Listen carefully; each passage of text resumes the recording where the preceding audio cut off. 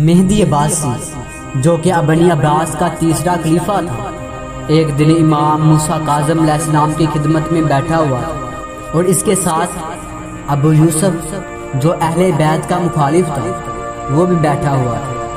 تو اس نے مہدی عباسی کی طرف رخ کر کے کہا کہ مجھے امام موسیٰ کاظم علیہ السلام سے چند سوال کرنے کی اجازت دیجیے، تاکہ میرے سوال کے جواب نہ دینے کی وجہ سے وہ مجبور و لاچار ہو گئے۔ مہدی عباسی نے کہا میں اجازت دیتا ہوں۔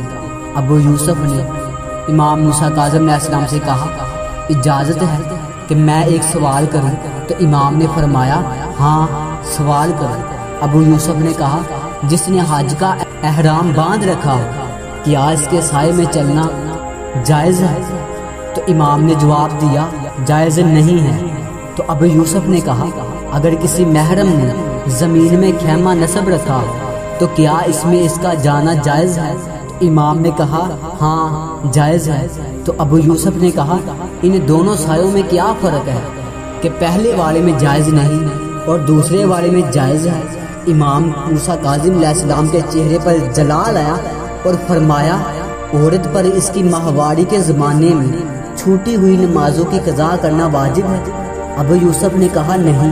امام نے فرمایا کیا عورت پر عادت کے زمانے میں چھوٹے ہوئے روزوں کی قضا ہے؟ ابو یوسف نے کہا ہاں۔ امام نے فرمایا اب تو یہ بتا کہ ان دونوں کے درمیان کیا فرق ہے کہ پہلے میں عورت پر قضا واجب نہیں ہے اور دوسرے میں قضا واجب ہے؟ ابو یوسف نے کہا احکام میں اسی طرح آیا۔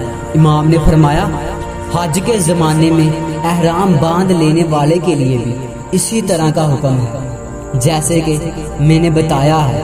مسائل شریعہ میں قیاس درست نہیں ہے۔ ابو یوسف امام کے اس جواب سے پسینہ پسینہ ہو گیا۔ مہدی عباسی نے اس سے کہا تو نے شکست دینا چاہتا مگر ناکام ہو گیا۔